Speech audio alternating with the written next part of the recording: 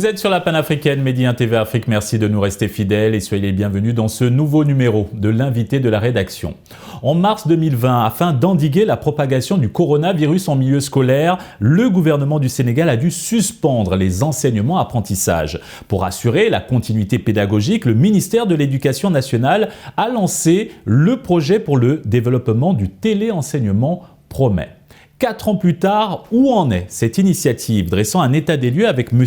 Amadou Sidi Aliba, coordonnateur du Promet. Merci d'avoir accepté notre invitation. Merci pour l'invitation, Alexis. Monsieur, tout d'abord, depuis sa création, quelles ont été les principales réalisations du Promet dans sa mission de promouvoir et d'intégrer le téléenseignement dans les pratiques pédagogiques courantes? Avant de parler des grandes réalisations du Promet, permettez-moi de revenir très rapidement sur l'historique. Donc, comme vous l'avez dit, en mars 2020, il a été lancé pour assurer la continuité pédagogique. Donc, cette initiative Apprendre à la maison, à partir des structures internes du ministère, pour notamment la DRTS et le CIMEN, ce sont des services sur la radio-télévision scolaire et le service informatique du ministère. Alors, ils se sont appuyés donc, sur plusieurs voies plurielles, donc la radio, le télé, mais également l'option physique et l'option Internet. Voilà les 4 canaux qui ont permis à l'État du Sénégal, au ministère, notamment au ministère de l'Éducation nationale, d'assurer la continuité pédagogique pour, en tout cas, terminer l'année. Et curieusement, c'était l'année où on a eu les meilleurs résultats au niveau du système éducatif sénégalais. Donc, pour déjà dire que le système éducatif basé sur le numérique, c'est quelque chose qui fonctionne. Pour les réalisations, on peut parler aujourd'hui de la plateforme, le portail du Promet, qui aujourd'hui agrège beaucoup d'initiatives en matière de téléenseignement. Nous avons aujourd'hui la chaîne Canal Éducation 228 à travers satellite. Nous avons également d'autres supports multimédia qui sont également disponibles et nous avons pendant très longtemps utilisé les radios communautaires pour accéder à des milieux qui sont dépourvus en termes d'Internet ou bien en termes de la possibilité de voir la télévision. En parlant de ces plateformes numériques et digitales, nous y reviendrons au cours de cet entretien.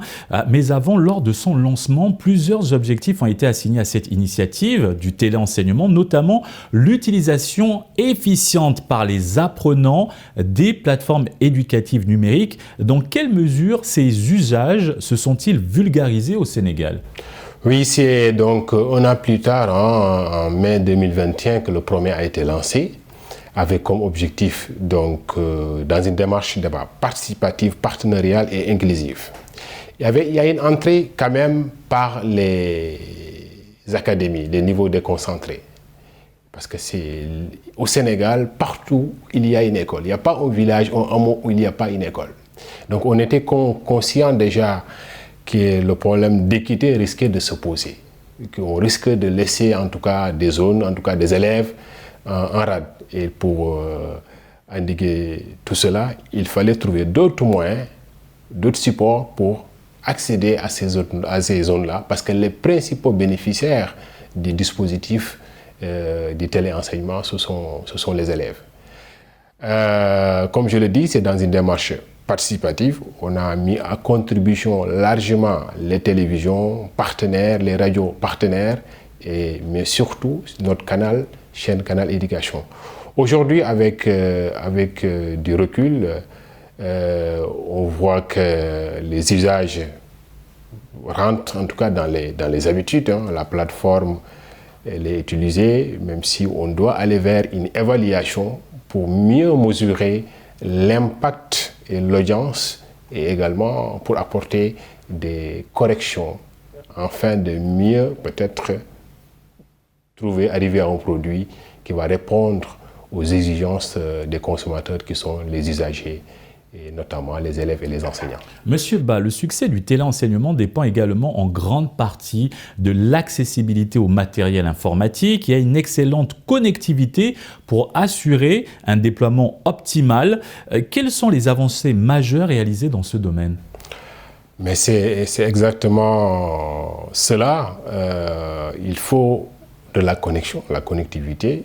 On ne peut pas dire aujourd'hui au Sénégal que cette question est réglée, parce qu'il y a des zones qui sont dépourvues, même si on peut quand même se satisfaire aujourd'hui d'un réseau en termes de fibre optique qui est très intéressant par rapport à d'autres pays, 6000 km, je pense, au niveau du Sénégal.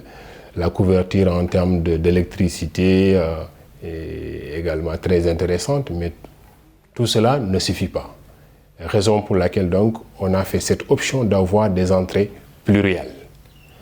L'Internet est là, mais là où l'Internet ne peut pas aller, il faut avoir la télé. Là où la télé ne peut pas aller, il faut avoir la radio.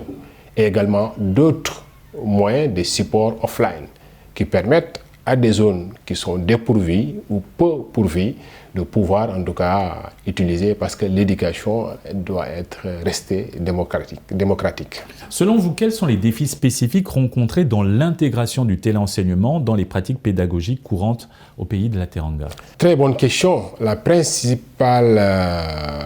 principal défi qui se pose déjà, c'est le système de production des ressources.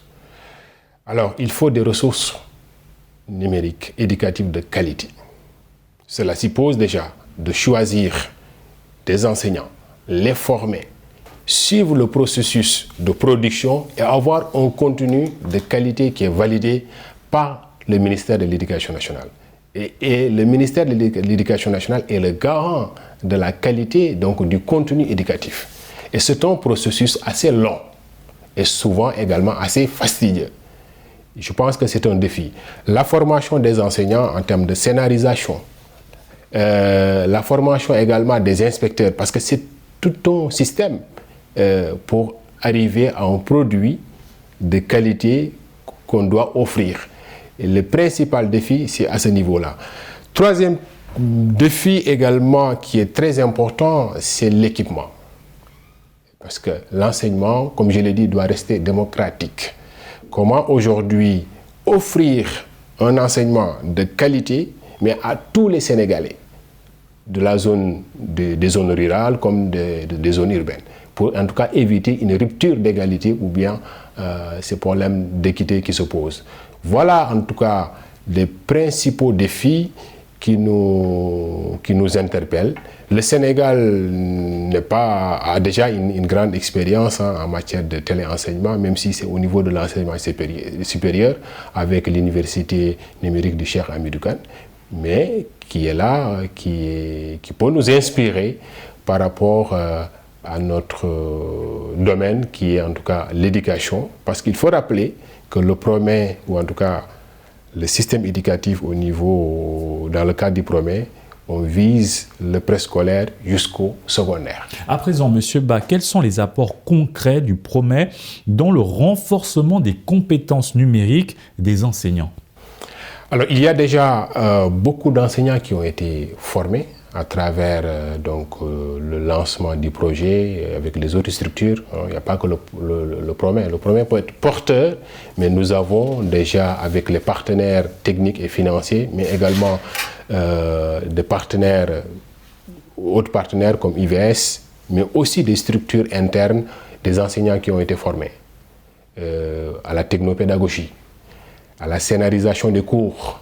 Il y a des inspecteurs généraux de l'éducation et de la formation également qui ont été formés, parce que c'est eux qui doivent se charger de la validation du contenu avant de le diffuser. Donc ça, ce sont des acquis. Ça ne suffit pas, parce qu'il faut créer un écosystème numérique. Quand je parle d'un écosystème numérique, cela veut dire qu'il faut déjà que sur le plan pédagogique, que tous les gens soient formés.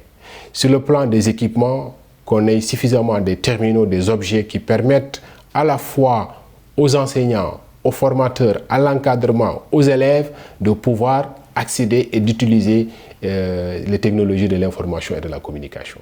Merci Monsieur Ba pour cet éclairage. Nous rappelons que vous êtes le coordonnateur du Promet. Je vous remercie Alexis. Et c'est ainsi que s'achève cette émission. Excellente suite des programmes sur Midi 1.